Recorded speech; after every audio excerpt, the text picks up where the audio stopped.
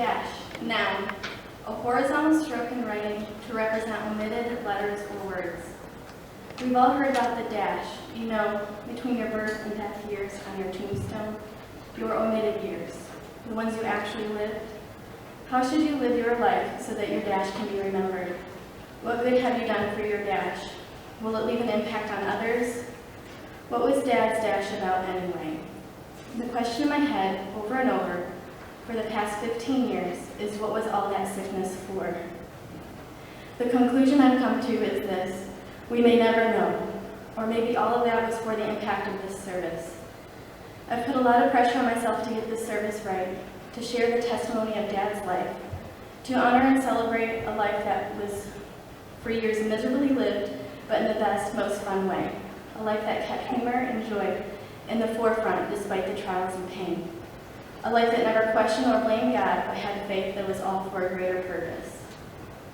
Dad went through test after test and mess after mess to share a message of love, faith, joy, and laughter despite the circumstance.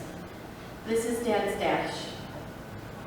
Jeffrey Charles Prinzing was born December 9, 1955. He graduated from Flushing Senior High in 1974. He met Chris Artis in Lake City at the Festival of Pines, at the beer tent polka dancing in 1983. Then he sold a Z28 Camaro and they married almost 35 years ago on June 30, 1984. They miscarried their twins that fall and gave birth to Sarah shortly after they lost her in July of 1985. In 1986, they were blessed with Tyler, and in 1988, they completed their family with me. Dad was there to walk me down the aisle and at the birth of my daughter, Chloe.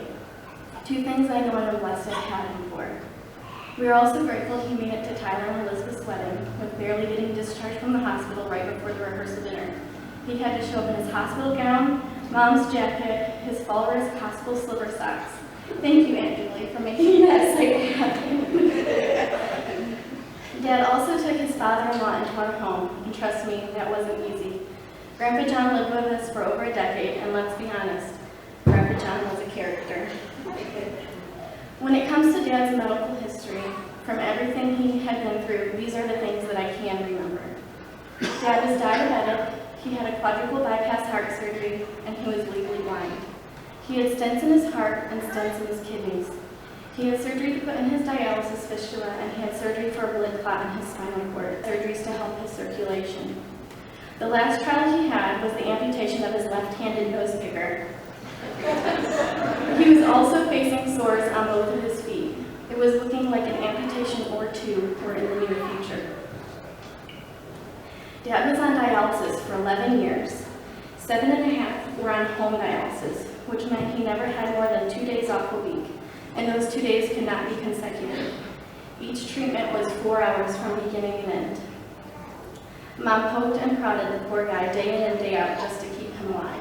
Mom, thank you. Thank you for your vow in sickness and in health. Your selflessness is so incredible. You truly are an inspiration.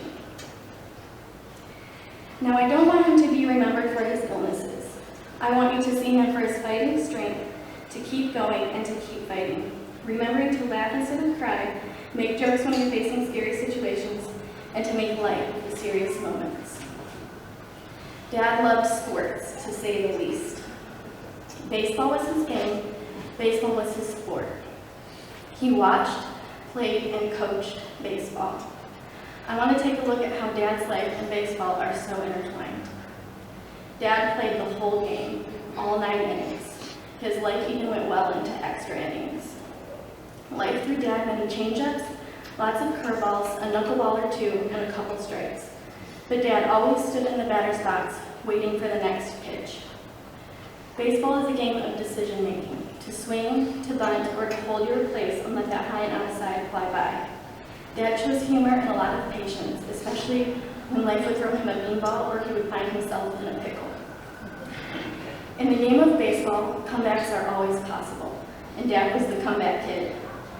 The day before he died, he said in his infamous Jeff Prinzing dad joke way, "I've run out of funny." His humor obviously still intact, but letting his family know he was tired of fighting, tired of dialysis, tired of medications, machines, and miracles. And this time, the last pitch was thrown, and he hit that homer. A quote I came across is, "The object of baseball is to go home and be safe." And that's where Dad is, at home and safe, in the arms of Jesus, where he's had a place prepared for him. I think Dad took some of our funny with him when he left us, because I don't know if I'll ever be able to laugh the same. His passing is a way of life, and it was his time, God's perfect timing, and Dad was ready.